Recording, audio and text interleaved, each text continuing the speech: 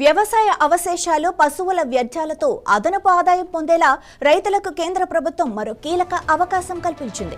Biogas రంగాన్ని బలోపేతం చేయడమే లక్ష్యంగా 23,731 కోట్ల వ్యయంతో గోబర్ధన్ జాతీయ సర్క్యులర్ బయో ఎనర్జీ పథకానికి కేంద్ర కేబినెట్ ఆమోదం తెలిపింది. 2026-27 నుంచి 2035-36 వరకు ఈ పథకాన్ని అమలు చేయనున్నారు. దేశీయంగా కంప్రెస్డ్ బయోగ్యాస్ ఉత్పత్తిని దాదాపు 10 రెట్లు పెంచడమే ప్రధాన లక్ష్యంగా కేంద్రం నిర్ణయించింది. రైతుల నుంచి సేకరించే పశువుల పేడ, వ్యవసాయ వ్యర్థాలకు డిమాండ్ పెరగడంతో పాటు గ్రామీణ ప్రాంతాల్లో ఉపాధి అవకాశాలు కూడా విస్తరించనున్నాయి. కంప్రెస్డ్ బయోగ్యాస్ ఉత్పత్తిదారులకు స్థిరమైన మార్కెట్ కల్పించేందుకు ప్రత్యేక కొనుగోలు విధానాన్ని కేంద్రం తీసుకొచ్చింది.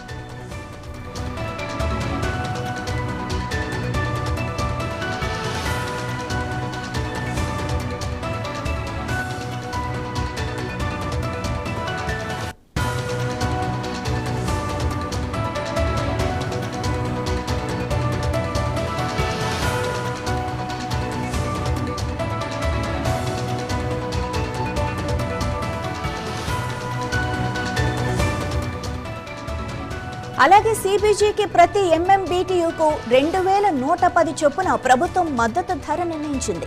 దీనివల్ల ఉత్పత్తిదారులకు దీర్ఘకాలిక ఆదాయ భరోసా లభించనుంది. కొత్తగా ఏర్పాటు చేసే సిబిజి ప్లాంట్కు రోజుకు 1 టన్ను ఉత్పత్తి సామర్థ్యానికి గరిష్టంగా 2 కోట్ల వరకు మూలధన సాయం అందించనున్నారు.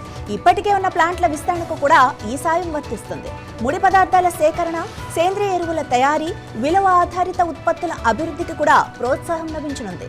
సిబిజి ప్లాంట్లను గ్యాస్ పైప్ లైన్లతో అనుసంధానించేందుకు అవసరమైన మౌలిక వసతులకు మద్దతు ఇవ్వనున్నారు.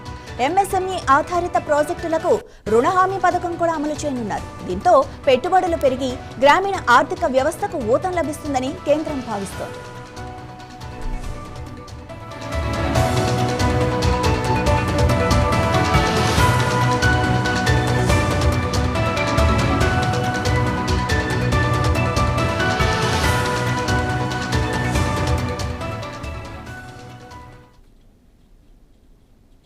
ఏపీ సీఎం చంద్రబాబు అధ్యక్షతన